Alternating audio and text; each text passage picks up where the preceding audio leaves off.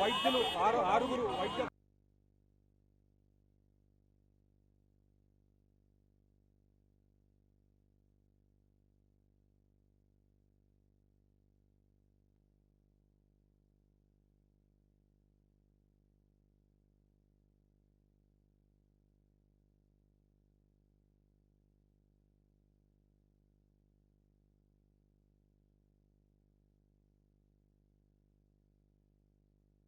Traffic commissioner Jitender sir ఆదేశాల ప్రకారంగా మేము ప్రతి జంక్షన్లో ఇద్దరు ముగ్గురు మా మెన్ పెట్టి ట్రాఫిక్ని అంతా ఆపి గ్రీన్ ఛానల్గా ఈ యొక్క ఆపరేషన్ విజయవంతం చేయడానికి మేము కోఆపరేట్ ఇది చేస్తున్నాం. సమయం 3 నిమిషాలు అనుకుంటున్నాం. 5 to 6 కిలోమీటర్ ఉన్నది.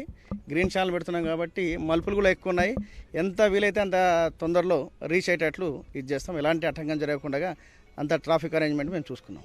మా పోలీస్ స్టేషన్ ఫోర్సు మరియు మాంకాళి లిమిట్స్లో మాంకాళి ఇన్స్పెక్టర్ వాళ్ళ సిబ్బంది అంతా కూడా డిప్లాయ్ చేసి అందరూ రెడీగా వెయిట్ చేస్తున్నాం.